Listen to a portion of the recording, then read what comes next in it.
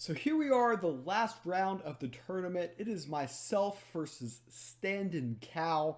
For those of you who watched my Play to Earn finals video, you know about the controversial round of 16 match we had where I lost one game to disqualification, then came back and won. Quite the emotional roller coaster on my way to the final four.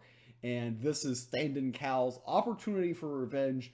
Obviously, both of us are disappointed to be in the 5 and 2 bracket, but this match does have some meaning. The winner will get a minimum of 3 legendary packs, possibly 5, depending on how tiebreakers work, and like a $50 in coins and stuff like that. And the loser probably is going to end up winning nothing. So there is stuff on the line for this match, but we're both eliminated from top 8 contention and making the playoff, but we are both very much alive and very much in control of our own destiny for top 32.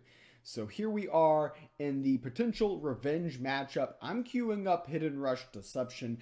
I don't know if he is playing Control Deception or Hidden Rush Deception, so this could be a 50-50 situation, or this could be a situation where I am indeed favored. If they're playing Control Deception, it's considered a favored situation. So the Assassin's Aim with no target early is kind of awkward. Stone Skin, you never know if you're going to have a target here. Here I should ditch to switch Duelist, but I pitched the Armor Lurker, and here I should also switch to this switch Duelist, and I pitched the Ronalyn.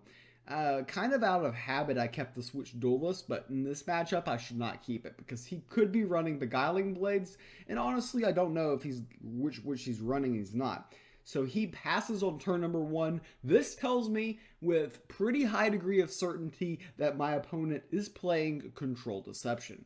If they're playing Aggro Deception, they don't pass on turn 1. They come at me with some speed. So here he pips out Whisper Baron, and that signals that he's playing Aggro Guild Deception. So I'm utterly confused. I thought that he was playing Control, then he just has an absolutely terrible turn 2. And absolutely terrible turn 1. Now he might be playing Aggro Deception. I'm slightly confused. We go ahead and just go face with our Switch Duelist. If he wants to play defensively, that's fine, and they go ahead and get value out of their Stone Skin. It's difficult to get value out of their Stone Skin. They do not want to attack with their Whisper Baron. They're trying to get more value out of it, but that's really just a flat-out missed attack by Standinkao. They really should be pressuring me a little bit more. I've got the opportunity to play Contract Broker with the 1-1, killing the 2-1 that's hidden. So we can get that off the board, and we can go 6 wide with Lady Marcella. With them only having 4 mana, we don't have to worry about Rapture Dance, and there's really not much that Deception can do going wide here to punish us from going wide here. I mean, there's options like Umber Arrow that they might go ahead and try to capitalize and remove some of our minions, but we are indeed applying a lot of pressure early on. And in the mirror match, which with him playing Whisper Baron, it signals he's more of an aggro list. It's very good to have the early initiative, and it appears that Standinkao had a very bad draw to start this game. So here he is going on the rope, so he probably has many different things he can do at 4, but nothing is really super appetizing and jumping out for him to do here. So he is still staying on the rope, goes ahead, plays Frumentari, so the Frumentari will draw him 3 cards, but our board presence is just overwhelming at the moment. He goes ahead and makes a trade, removes the Lady Marcella from the board. However, our deadly minions will be able to go ahead, and one of them is going to kill the 3-4, and that's going to just feel like excellent value. We draw Assassin's Aim, so this turn we do not really want to use the GP to kill their 1-1 with deadly, even though that's normally what we would do here. It's just not very mana efficient. We also don't really gain much by buying the Ranger First Bow or the Lambasting Wand for that matter. So I just go ahead and I decide to go face. I'll let them trade their 1-1 into my 2-1. If they don't trade anything, then our GP can just peel it, and we're absolutely fine with that as well. What we want to do is we want to drop the Assassin's Aim on the Loki and Disciple. That's kind of a key strategy for us in this game. And that is a very, very good win condition for us.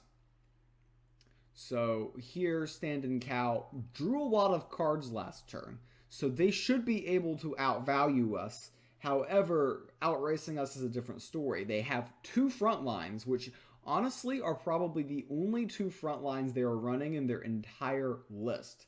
So having the double Pyramid Warden is very, very impressive. They've got the Dark Knives to go along and just make the lad a little bit bigger. And they go ahead and, have Orfeo come out.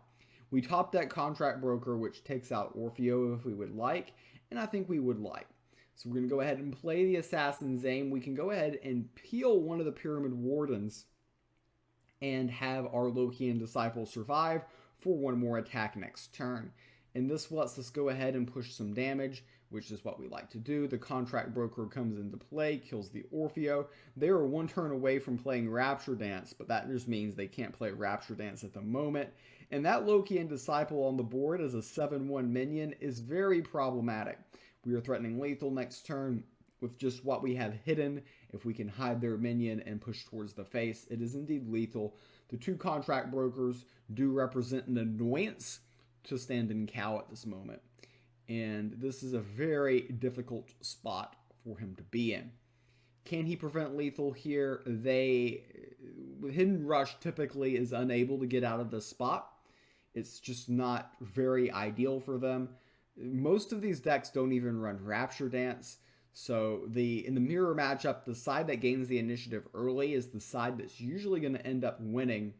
And even though Standinkao had the first turn advantage, they had a horrendous first turn, and they get punished for that.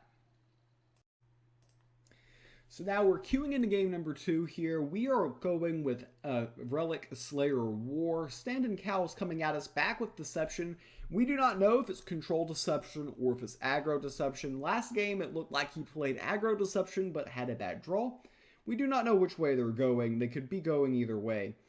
And here we've got a Wolf Cult. Wolf Cult's pretty bad against both variants of Deception, so we want to go ahead and get rid of that. Savage Strike is pretty good against Hidden Rush, and it's always nice to have a relic in hand as well.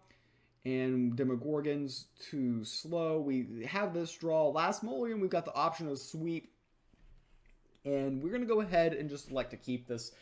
The reason being is Carnage Sweep is so necessary if they're playing Hidden Rush, which is what they played last game. It's not a good card against Control Deception, but they go ahead, they pip out on turn 1 the Pyramid Warden, which is probably, Pyramid Warden can be in either deck, but when they play the Assassin's Aim, it's confirmation that it's definitely Hidden Rush. There is no mystery into what we're facing, and we are facing a lightning start. So the slow start that Standinkao got last game is not the situation in this game. He's coming out with the speed and asking the questions early on to us. So another attack, and they're just going to keep that Pyramid Warden hidden. That Pyramid Warden itself represents lethal unless I can find a way to deal with it. We're just going to go ahead, play the Blade of Sticks, go face. What we're going to need to do is we're just going to need to burn a Carnage Sweep, and there's really no other option for us to do here. Go ahead, another shot to the face, keep hiding it. They know that I have to burn the sweep to remove it. And the question here is, do they want to add anything else to the board for when I play my sweep? And it's questionable for them. It's awkward to just do 5 a turn, so they play a minion that's going to survive the sweep, and they buff it. So they're using their mana very efficiently. They know that I probably have Carnage Sweep here, and honestly, as much as I would love to be like, oh, I want to trick them and prove that I'm not going to play Carnage Sweep this turn, I have no other options here. I can't just I can't just eat 10 points of damage. I have to go ahead and burn the Carnage Sweep and go ahead and remove the Pyramid Warden, and that got great value, 15 points of damage. That Pyramid Warden Assassin's Aim combo really put in the work. The Romulan Sparrow does indeed live, so they will get 1 attack in, deal 4 damage to my face. With that as well, the Armor Lurker comes out, which is pretty annoying because we're looking at playing either Savage Strike or Bar Fight next turn. And they go ahead and play those 2 minions.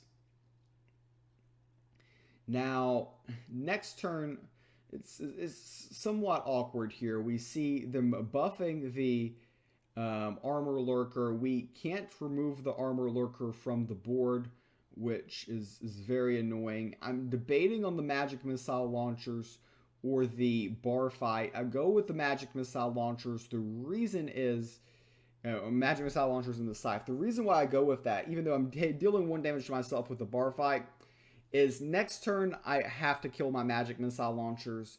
I feel like it's going to be necessary. I buy the Shield Maiden as that's the card that hurts me the most. There is a form of power in the Sanctum, so I have to be very wary of that, but it is what it is. They go face with the Armor Lurker, which goes ahead and puts us at 5. They play Pietro, and they get nothing useful on Pietro, which is key. So they're just doing that to get the wide board and hide. But unfortunately for them, Orfeo comes out of their hand as well. And we've got Savage Strike, which can kill all but 2 minions. And then we can go ahead and play the Scythe of the Harvest, which will clear the board and heal us for 4. And set up Unrestrained Power for next turn. So this game was looking very lost here. But all the pieces have kind of just fallen into place for us. And the Afterlife kills the 2 minions. Magic missile launchers coming in the clutch, showing why it's worth having in this matchup. We've got Unrestrained Power. We're potentially a whetstone away from lethal almost, but here we just got to go all in here. We could, you know, we have to just go for it here. There's really no other option. I don't want to buy from the Sanctum because I'm worried that I could get something that will improve my opponent's position. We are at 9. I didn't want to play the Shield Maiden because I was afraid of Umber Arrow tactics where they could steal my minion. They could potentially hit us with there were multiple. I was worried about Umber Arrow and, you know, more burst and stuff. They go ahead. They've got the Dark Knives. They hit us for 5. But that only puts us down to 4. The Ambitious Adventurer will get them a card, but they need a front line that does not die to Orcish Elite. And I think their only front line in their deck is Pyramid Warden. They were probably happy to draw it. Unfortunately for them, we've got the Orcish Elite, and the Orcish Elite will get us the win, and we will finish in the top 32, get 3 legendary packs as a consolation prize for winning this match.